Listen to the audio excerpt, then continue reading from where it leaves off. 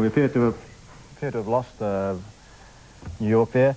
For an analysis of... Iraqi troops, the 540,000 Iraqi troops in the Kuwaiti theater, have been cut off from their command and control headquarters in Baghdad?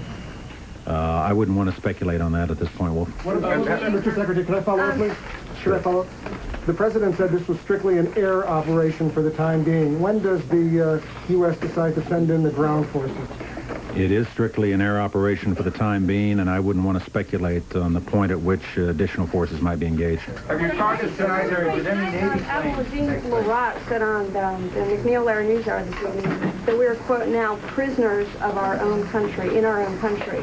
Now that we've defended ourselves from naked aggression in the Middle East, how do we defend ourselves here at home from terrorist attacks? I'm confident that we can deal with the terrorist threat. Have our targets thus far included tanks and artillery? I don't want to get into specific target sets yet. As the information comes in and builds over time, and we can give it to you historically, we will give it out, but I'm not prepared to go into specific target sets and what targets have been hit and have not, because it really is just too early to give you that kind of bomb damage assessment. Saddam Hussein says tomorrow, I give up, I'm sorry, I will withdraw from Kuwait. Will you pause have a pause in your air campaign, or will you continue with it until you knock out all the priority targets? I will do whatever the President of the United States directs us to do through the Secretary of Defense. Secretary, from a military perspective, what went into your thinking in deciding to launch the attack at this point this evening? What were the factors? Well, I think there were several factors. Of course, the President made the basic decision to commit the force.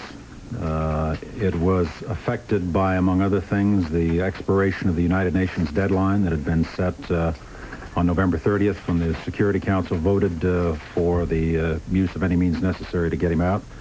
I think it was affected in part as a result of consultation with our allies, but it also was based upon the advice of our senior military commanders in terms of picking a time when conditions appeared to be most favorable for undertaking the operation.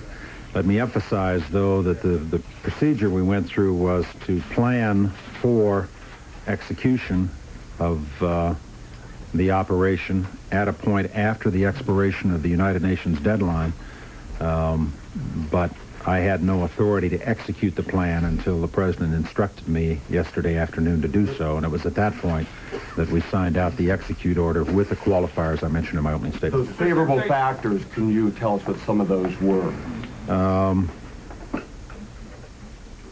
I think I just leave it where it is. Surprised that there was no response, or a very small response from the Iraqi forces at this point? Again, I'm reluctant to characterize the response beyond what we've already said about it.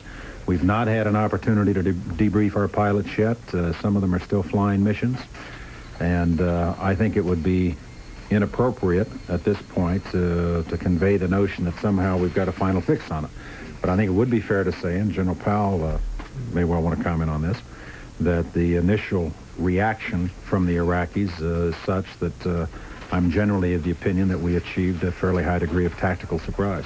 Have there been any Israel or Turkey on the part of Iraq? None to my knowledge. Mr. Secretary, could you tell us, the President mentioned that one of the objectives was to take out chemical and nuclear sites. Can you tell us in a general way if that mission was accomplished?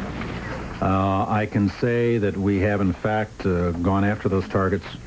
I do not yet have information on the effectiveness of those efforts. Mr. Secretary, what about word of casualties at Baghdad? You indicated you wanted to spare civilians there. Do you have any sense about how that may or may not have occurred in the city? There was a lot of bombing, obviously, in Baghdad. The best reporting that I've seen on what transpired in Baghdad was on CNN. And it would appear, based upon the comments that were coming in from the CNN crew in the hotel in Baghdad, that the operation was successful in striking targets with a high degree of precision. At least that's the reporting according to CNN. Was there